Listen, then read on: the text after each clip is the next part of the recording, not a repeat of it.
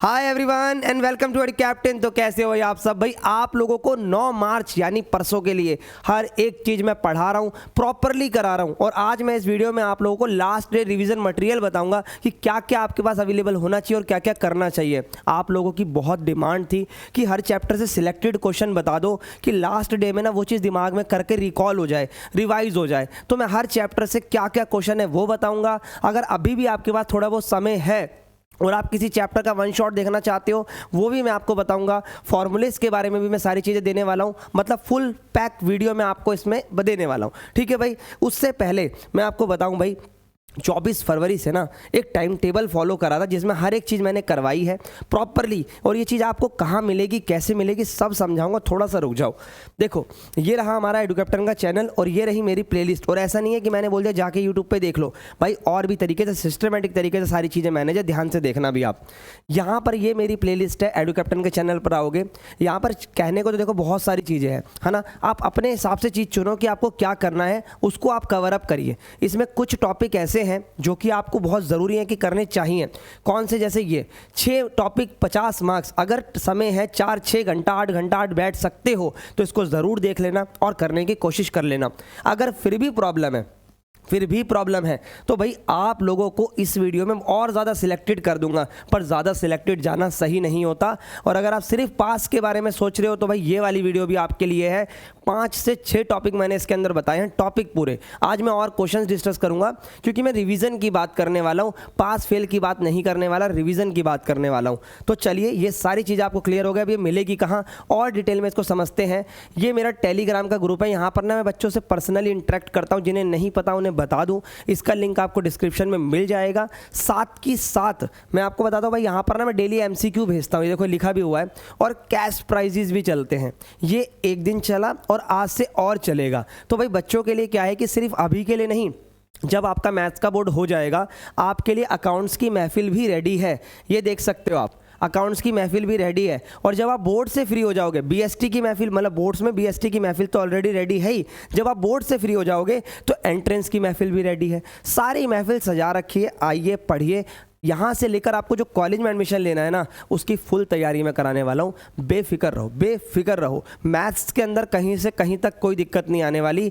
बाकी थोड़ा बहुत तो देखो आप लोगों की कोऑपरेट करना पड़ेगा, तभी बात बनेगी। ये नहीं होगा कि भाई मैं ही आपका पेपर दे आऊँ, ये तो नहीं हो सकता ना। पढ़ना तो आप ही लोगों को पड़ेगा। चलो, ये सारी चीज़ें क्लियर हो गई। एक बार मैथ्स की महफिल में आते हैं और मैं आपको बताता हूँ आपको सारी चीज़ें कैसे मिल जाएंगी। ध्यान से देखिएगा। देखो भाई, ये सारी चीज़ें मैंने यहाँ पर अरेंज करी है, देख सकते हो आप। ये देखो भाई, यहाँ पर जो भी जितने भी मैंने प्रैक्टिस क्वेश्चन दे रखे हैं उसका लिंक मैंने यहाँ लगा दिया है। आप देख सकते हो ये सारे चैप्टर्स के प्रैक्टिस पेपर हैं। अगर इसमें कोई एक आधा कम है तो वो मैं आज अपलोड करवा देता हूँ, बट वो चैप्टर ऐसा होगा कि आप उसको कर सकते हो या मैंने वीडियो में कवर अप करा होगा। ठीक है। उसके अलावा अगर मैं बात करूँ आप लोगों से कि भाई प्लेलिस्ट का लिंक है, किसी को यूट्यूब पर नहीं मिल रही तो वो भी मैंने लगा दिया। फॉर्मूला शीट, फॉर्मूला के जितने भी क्वेश्चन है उसकी PDF यहाँ पर आपको मिल जाएगी। यहाँ से आप क्लिक करोगे, सॉरी एक सेकंड, ये एनसीईआरटी की वीडियो खुल गई, कोई बात नहीं। आप फार्मूला वाली शीट खोलोगे तो यहाँ से आप फार्मूला की शीट डाउनलोड करके फार्मूला भी देख सकते हो। सारे फार्मूले मैंने इसके अंदर डिस्कस कर रखे हैं क्योंकि लास्ट डे पर ना ये चाहिए होता है, फार्मूले आपके पास होने चाहिए। ठीक है, हर एक चैप्टर के। और मैं कल आप लोगों के साथ बैठने भी वाला हूँ शाम के टाइम, ताकि आपकी जो एंजाइटी है, थोड़ा बहुत डर है मैथ का, उसको दूर करेंगे। तो उसके लिए चैनल को लाइक, मतलब इस वीडियो को लाइक करो ना, कमेंट में बोलना, ताकि मुझे आपका रिस्पांस पता लगे, उस हिसाब से मैं आपके साथ जुड़ पाऊँ।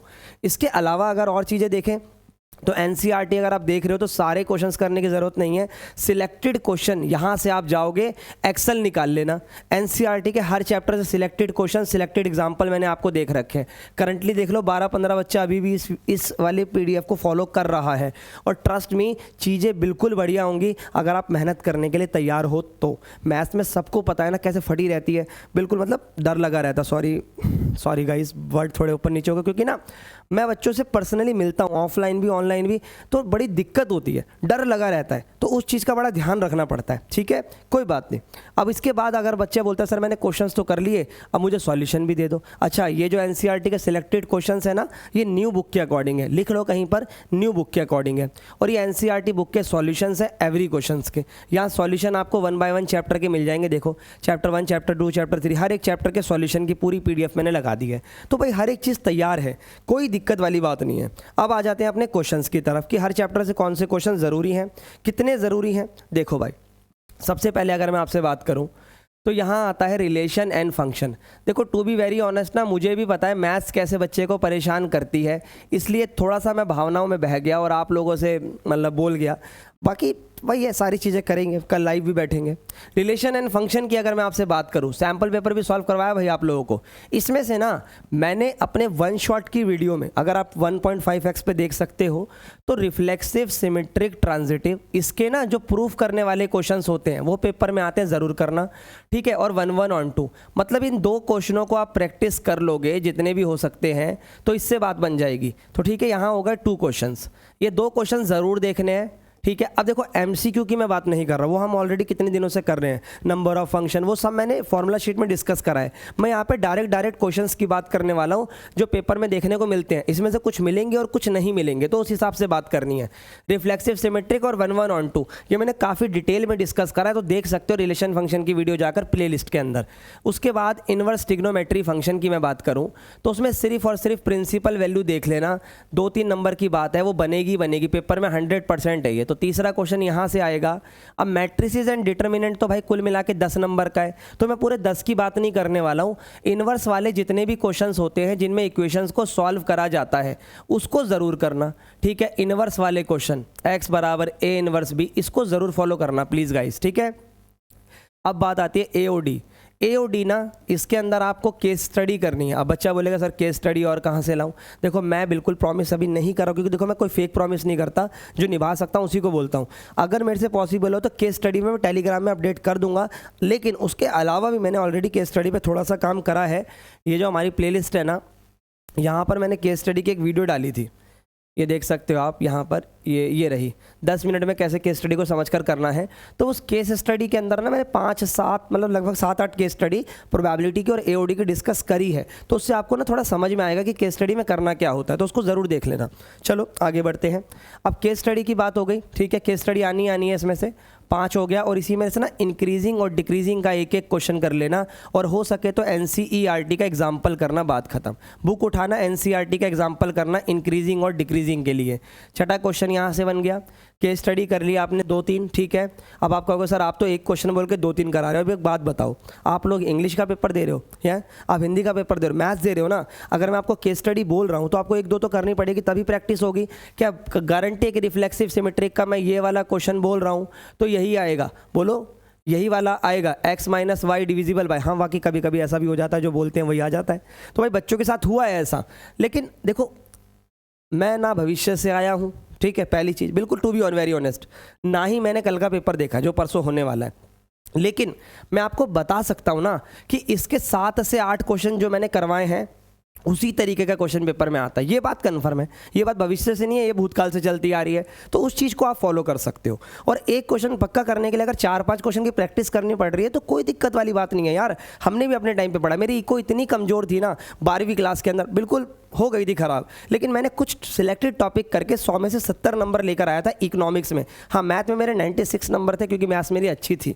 तो जो चीज़ अपनी ख़राब होती है ना उसको इतना ख़राब नहीं करने देते, थोड़ा थोड़ा करके चीज़ों को कवर अप करते हैं। ओके आ जाओ, अब चलते हैं अगले पे।